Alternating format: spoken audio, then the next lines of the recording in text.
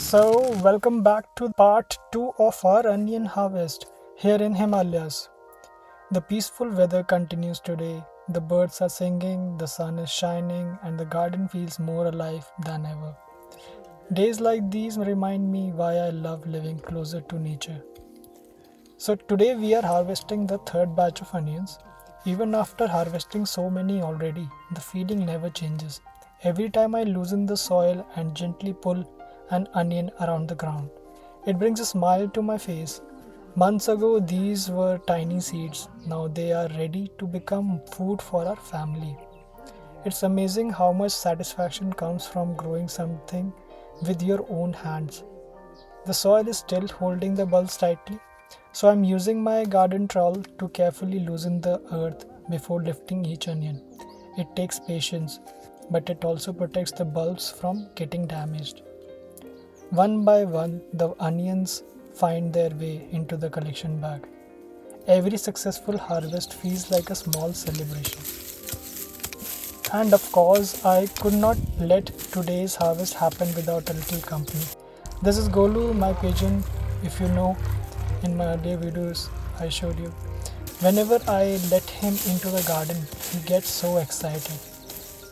He happily runs around exploring every corner of the garden as if he's inspecting today's harvest himself. Watching him enjoy the open space always makes gardening even more relaxing. Nature isn't only about growing vegetables, it's also about sharing the space with the animals that makes every day feel special. Now that the onions are harvested, the work isn't over yet. Many people think harvesting is the final step, but proper post harvest care is just as important if you want your onions to last for months. The first thing I do is leave the onions exactly as they are. I don't wash them with water because extra moisture can reduce their storage life and increase the chances of rot. Instead, I gently shake off any loose soil and let the remaining dirt dry naturally. The next step is curing. The onions need to dry in a warm, airy, shaded, or well ventilated place for around 2 to 3 weeks. During this time, the necks dry completely, the outer skin becomes papery, and the bulbs develop a natural protective layer. Proper curing is what allows onions to stay fresh for months. After they are fully cured, I trim the dry rods and cut the tops, leaving about 1 to 2 inches of the neck attached. This helps protect the bulb during storage. If I notice any onions that are damaged, bruised, soft, or have cuts, I keep those separate and use them first in the kitchen. Only healthy, fully cured onions should go into long term storage. For storage, I prefer keeping them in mesh bags, baskets, or crates where air can circulate freely. A cool, dry, and well ventilated place is an ideal place. One important tip: never store onions in sealed plastic bags because trapped moisture can make them spoil much faster. Also, avoid storing onions right next to potatoes. Potatoes release moisture and gases that can reduce the storage life of both crops.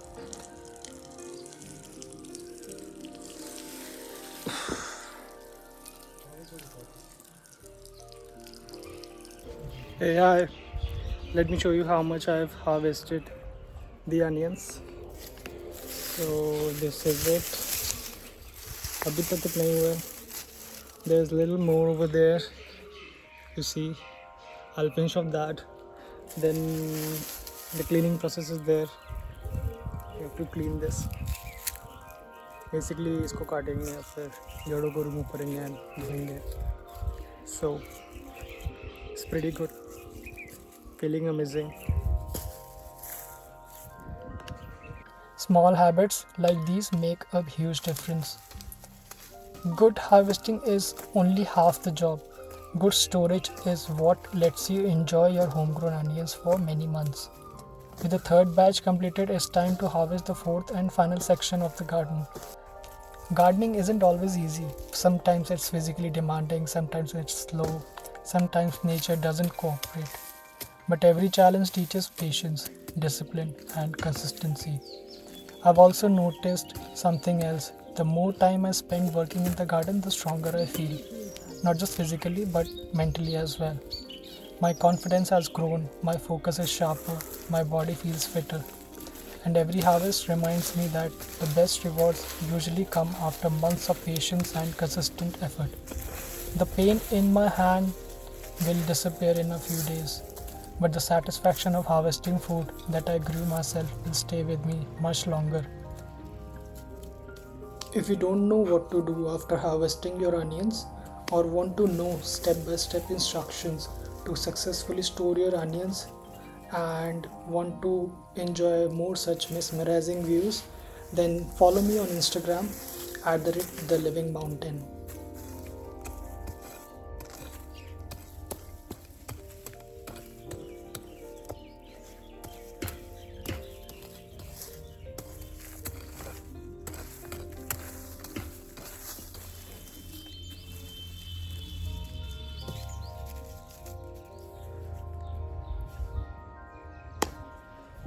लो भैया सारे प्याज निकाल दिए. So finally I've done the harvesting and you can see here the land is now clear.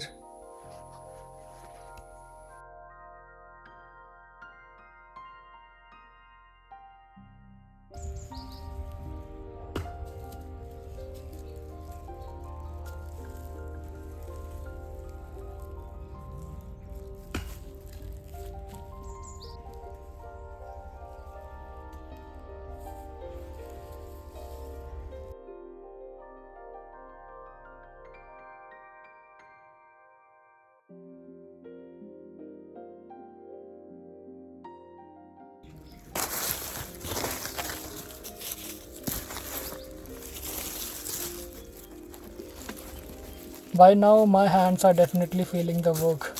Hours of digging with a metal garden trowel have left my palms red and I have even developed fresh blisters. Some people might look at these hands and see hard work. I look at them and see progress.